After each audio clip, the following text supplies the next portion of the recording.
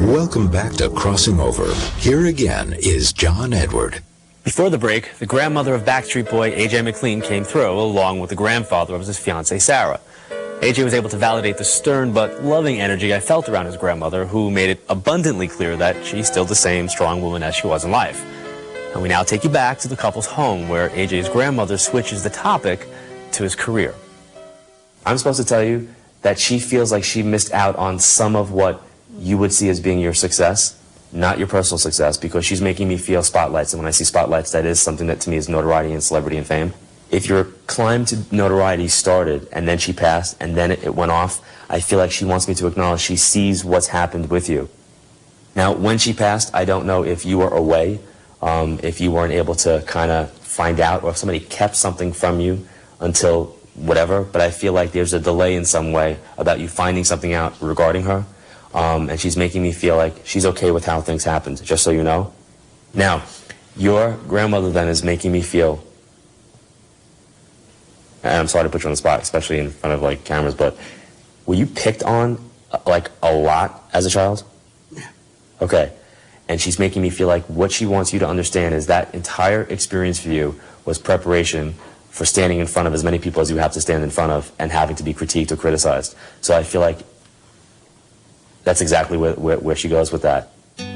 As my reading with AJ and Sarah continues throughout today's show, you'll see that his grandmother Ursula and her grandfather Joe had a lot to say. And right now, I want to quickly share a few more of their messages, like this date reference for AJ. She's also making me feel like July is significant either to you or July is significant to her, but there's a connection to the 7th month, July, or the 7th of a month. So there's got to be a connection My to grandfather's birthday. Okay.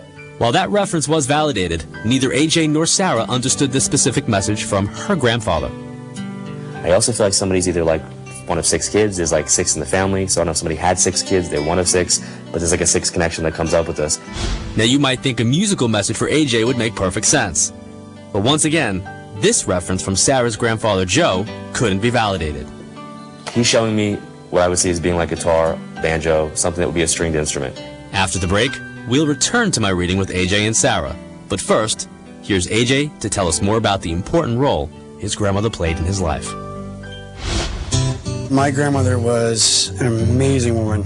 She was more or less the mom of the house. My mom worked 2 jobs, and my grandfather worked as well, and my grandmother was the one that picked me up from school, took me to my auditions, cooked me my McLean in the morning, which I know she knows what that is.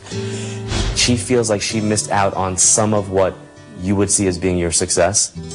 She didn't really miss my success in a sense of my being in this business, because, you know, like I said, she always took me to all the auditions, and she was there for me when I did stuff for Disney and these little things. And when the group first started, she was still with us, and she was with us up until, like I said, about 1.5 years ago. Coming up next, a message has AJ revealing his darkest fears. Takes a brave man to admit that on TV. Yeah.